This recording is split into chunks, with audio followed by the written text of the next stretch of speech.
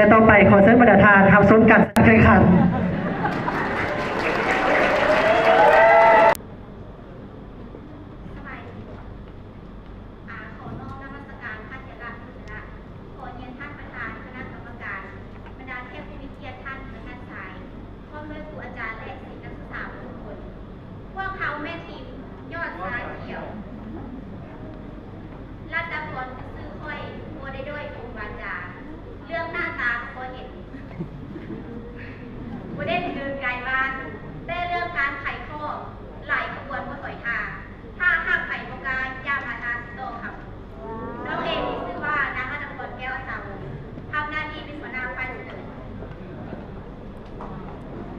ให้เจ้าหันมาเบ้านำทรายหรือก่อนว่าสิเห็นจากน้ำหรือสีห่อนจากใบยอดสาเขียวคือทิมซื่อทิมจะมาต่อวาทศิลป์นำสามทหารเจ้าสบายดีข้าพเจ้าเอกคือบุญสมกุมิไซเป็นผู้สนับสนุนผู้เสนอผู้ที่หนึ่ง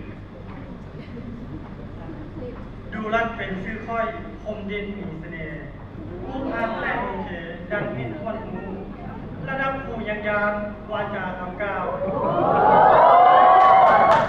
โอเก่งครับผู้เดี๋ยวโมหูห้องที่เมื่อ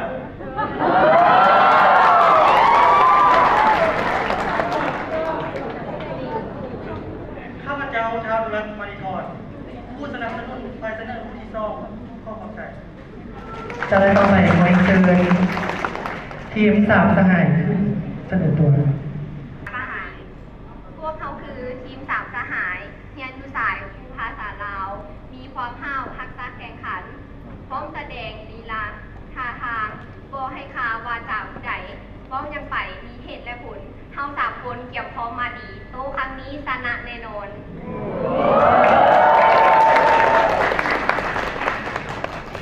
นามน้องล่านางกุ้งปี3เป็นสาวงามแห่งห้องที่5ไทยน้องดาวมาน้องเก่งหลายยามปัญญายบ่เคยถอยไผ่คนมักใบซื้อกินนาลีงามโสพีทั้งมีทักษะเอาชนะวาจาคนหลายยอดมักพ้นทำเงียนแสวงมักแสดงปัญญาดีสุดฟองสมุดหรือซื้อเด่นกองเป็นนามของผู้ฆ่าเองขอต้านเป้งวาจาโตวาทีแข่งครั้งนี้ขอสู้สุดใจเราเลยต่อไปขอเชิญหัวหน้าฝ่ายเสนอคือมานำเสนอเนื้อในยันติทฤษฎีสำคัญควรต่อจริงมีเวลา3 นาทีขอเชิญ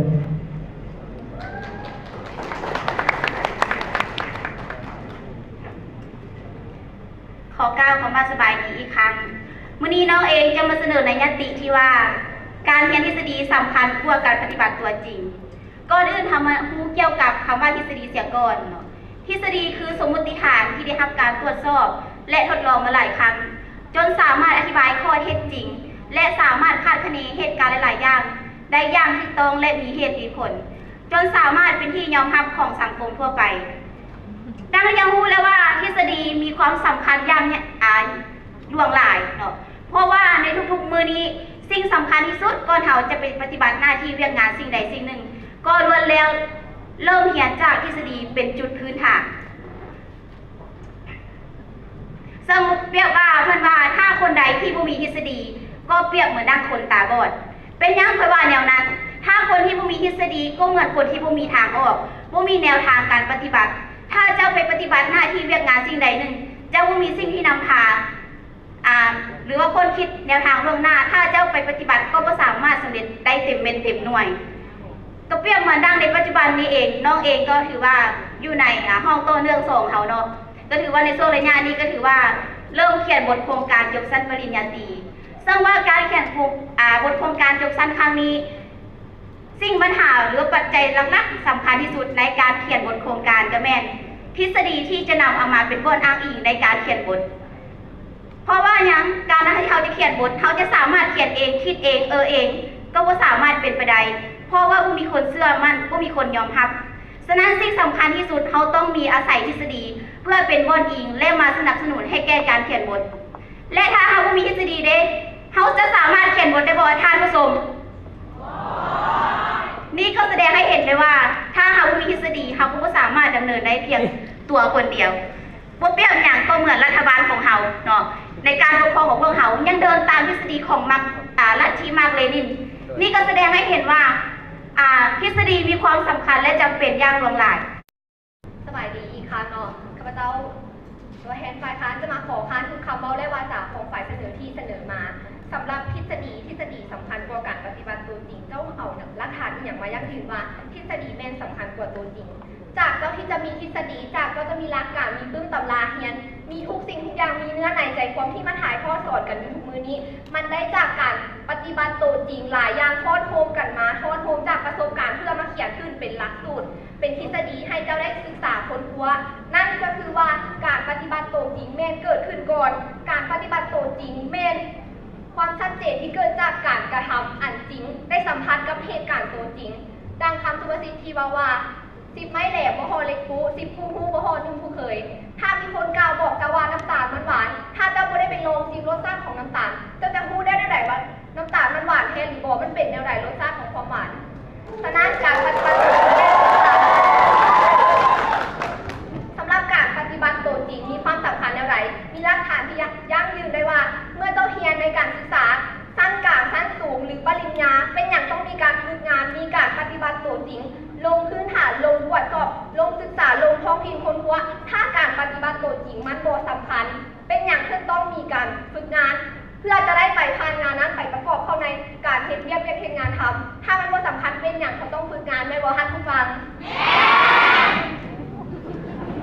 สำหรับการเบิ่งค่าของคนสำหรับการมองค่าคนบ่แม่นว่าเจ้ามีทฤษฎีแล้วเจ้าจะถึกไปหมดมีทฤษฎีถ้าเจ้าบ่ปฏิบัติตัวจริงเจ้าบ่รู้เจ้าบ่ได้สัมผัสเจ้าจะกล้าเว้าได้ใดเจ้ามีแต่ทฤษฎีเรียนในห้องซีเจ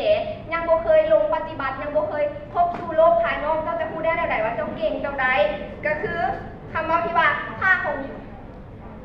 งคนอยู่ที่ผลของงานถ้าเฮามีแต่เรียนทฤษฎีบ่ได้รู้บ่ได้บ่ได้เคยกระทำจะรู้ได้จังได๋ผลงานเจ้ามันจะได้ดีสมมุติว่า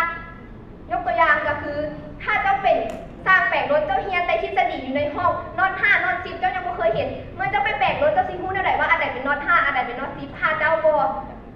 สัมพันธ์แล้วก็บ่ได้เหตุการณ์ตัวจริงเกิดขึ้นคือคนที่ปฏิบัติเหตุการณ์ตัวจริงจะได้รับรู้ความรู้ต่างๆด้วยตัวเองคือการเรียนครั้งที่1การเรียนจากทฤษฎี